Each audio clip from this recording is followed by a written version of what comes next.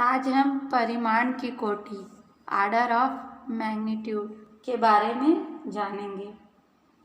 क्या होता है कि भौतिक राशि जो होती है उसका परास बहुत विस्तृत होता है, तो उसको किस प्रकार नापा जाए यह बहुत बड़ी समस्या होती है। उसके लिए क्या करते हैं कि जैसे बहुत छोटी राशि है, भौतिक राशि का परास क्या होता है, बहुत बड़ा होता है।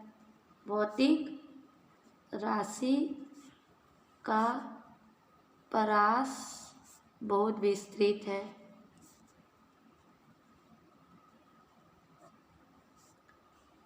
होता है और कई का परास बहुत कम होता है। तो ऐसे चीज़ों को हम कैसे नाप सकते हैं, उसके लिए क्या है, परिमाण की कोटि की आवश्यकता पड़ती है। अब परिमाण की कोटि जैसे अत्यंत छोटी राशि है, जैसे प्रोटॉन। प्रोटॉन का आकार, इलेक्ट्रॉन का द्रव्यमान, इलेक्ट्रॉन का द्रव्यमान है, द्रव्यमान। प्रकाश का तरंग दैर्ध्य है, प्रकाश का तरंग दैर्ध्य। तो ये बहुत सूक्ष्म राशि है, तो इनके मापन में बहुत सारी असुविधाओं का सामना करना पड़ता है अपने को। उसी तरह बहुत बड़ी बड़ी राशियाँ भी है, मतलब बहुत बड़ी दूरी वाली जैसे कि है हमारी आकाशगंगा। जैसे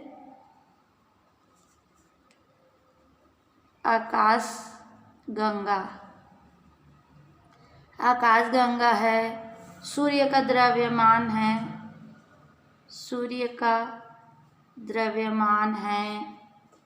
या फिर विश्व की आयु ज्ञात करना है, विश्व की आयु ज्ञात करना है। तो ऐसे सब का मापन हमने के लिए हम क्या करते हैं, 10 की घात के रूप में व्यक्त करते हैं। तो क्या कर सकते हैं हम कि विस्तृत परास वाली इन राशियों को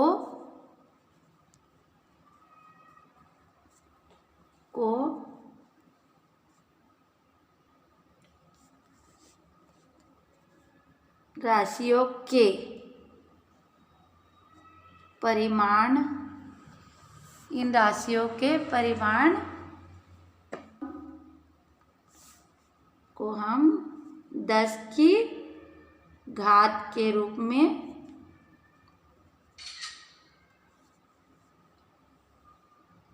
व्यक्त करते हैं।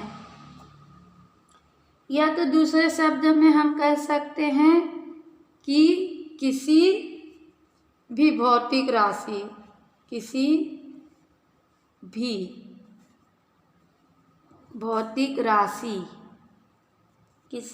भौतिक राशि के परिमाण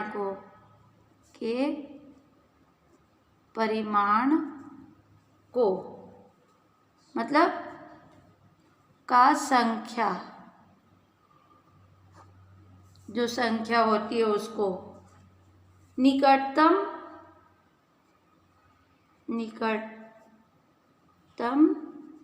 10 के घात के रूप में व्यक्त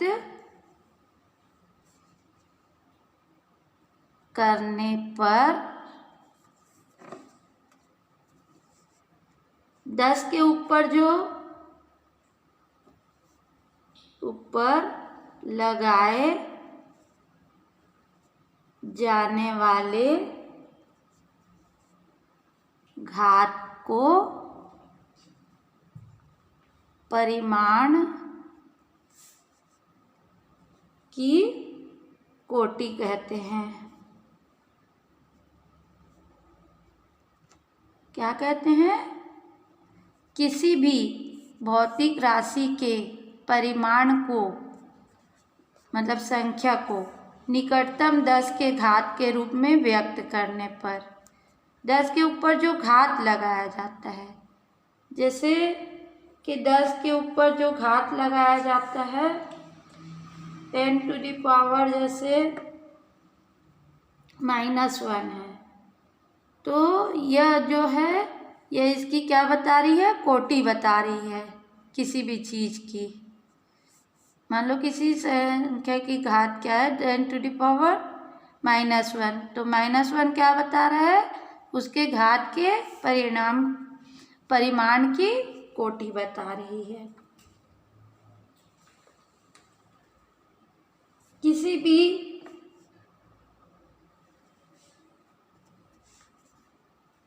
किसी भी संख्या n के परिमाण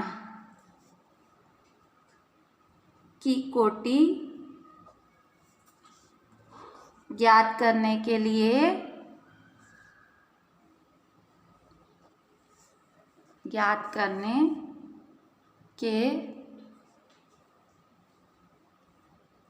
क्या करते हैं हम? सर्वप्रथम क्या करते हैं? उसको n बराबर -n इंटू 10⁻x के रूप में लिखते हैं। यदि 0.5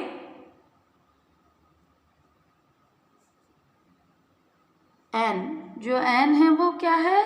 बड़ा होगा 0.05 के से बड़ा होगा या तो उसके बराबर होगा और 5 से छोटा होगा। क्या होगा? जो n होगा 0.5 के बराबर या उससे बड़ा या तो फिर 5 से छोटा होगा।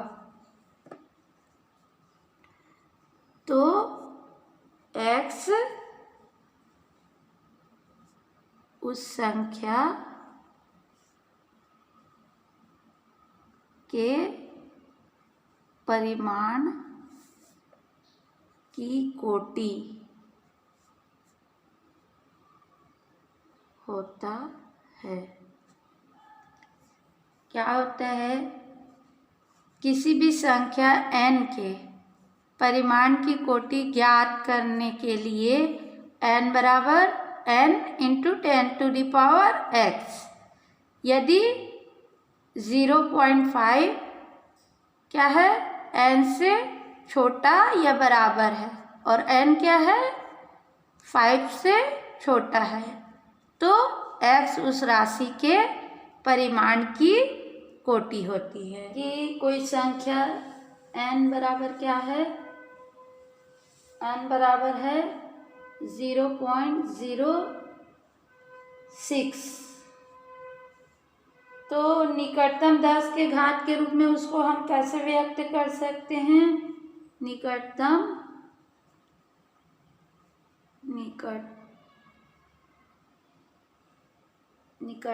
10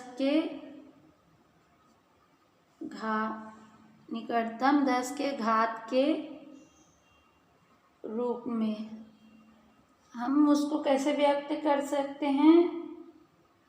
n इंटू 10⁻x के रूप में क्या कर सकते हैं? इसको कैसे व्यक्त कर सकते हैं?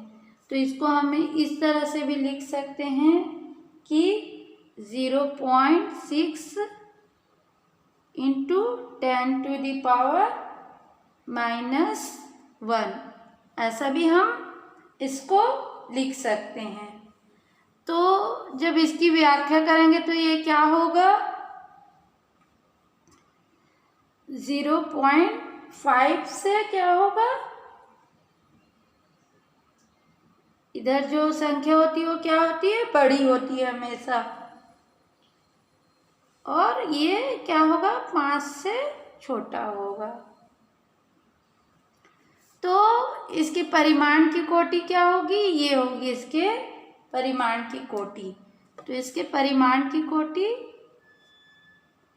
परिमाण की कोटि क्या होगी, -1 होगी।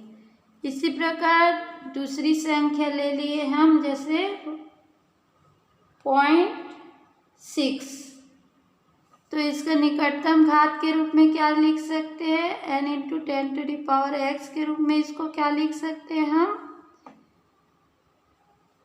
0.6 × 10⁻0। तो ये क्या होगी, इसको इस रूप में क्या लिख सकते हैं, 0.5 से क्या होगा, बड़ा होगा, 1/5 से छोटा। तो इसके परिमाण की कोटि क्या होगी, 0। यहाँ कोटि क्या होगी, लगी हुई है जो घात, उसको कोटि कहेंगे, तो यहाँ 0 होगी। और इसकी क्या हुई थी, 1। इसी प्रकार यदि n = 6 लिए अपन, n = 6 लिए तो क्या होगा, इसको हम इसके रूप में कैसे लिख सकते हैं, 0.6 × 10⁻1। तो 0.5 से बड़ा 0.6/5। तो यहाँ पर इसकी क्या होगी, कोटि 1, परिमाण की कोटि 1 होगी।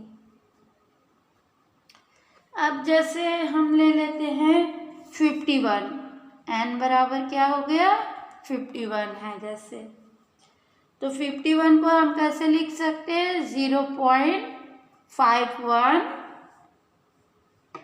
× 10⁻2। इसको हम लिख सकते हैं 0.51 × 10⁻2। तो ये क्या होगी, 0.51 से क्या होगी, बड़ी, और इससे छोटी। तो इसके परिमाण की कोटि क्या होगी, परिमाण की कोटि 2 होगी। इसके परिमाण की कोटि क्या होगी, 2 होगी, है ना। अब यदि परिमाण की कोटि, जो भौतिक राशि का मात्रक होता है, वो यदि चेंज हो जाता है तो उसके परिमाण की कोटि भी बदल जाती है। अब यदि किसी भौतिक राशि का मात्रक बदल देने पर परिमाण की कोटि भी बदल जाती है। क्या है, परिमाण की कोटि भी बदल जाती है। जैसे कोई चीज़ को हम MKS पद्धति में, मीटर किलोग्राम सेकंड पद्धति में हम मापते हैं, तो उसकी कोटि अलग आएगी। उसी चीज़ को हम CGS पद्धति में मापते हैं तो उसकी कोटि अलग आएगी। जैसे कि के लिए प्रकाश, एग्जाम्पल के लिए प्रकाश की चाल, प्रकाश की चाल क्या है, 3 × 10⁸ मीटर प्रति सेकंड। तो यहाँ क्या है, प्रकाश के परिमाण की कोटि क्या है, 8। प्रकाश के चाल के परिमाण की कोटि, परिमाण की कोटि 10⁸ है ना। तो ये क्या है, SI में है, जब हम SI यूनिट लिए। अब इसी को हम जैसे दूसरे यूनिट में चेंज करके लेते हैं हम। जैसे कि CGS पद्धति में क्या होता है, प्रकाश की चाल होती है CGS पद्धति में 3×10⁻10 सेंटीमीटर प्रति सेकंड। ये क्या है, CGS पद्धति में प्रकाश की चाल होती है। तो यहाँ पर इसकी कोटि क्या होगी, परिमाण की कोटि 10 हो जाएगी। तो क्या होता है, जैसे कि किसी भी भौतिक राशि का यदि मात्रक बदल दिया जाए तो उसके परिमाण की कोटि भी चेंज हो जाती है। मात्रक बदलने पर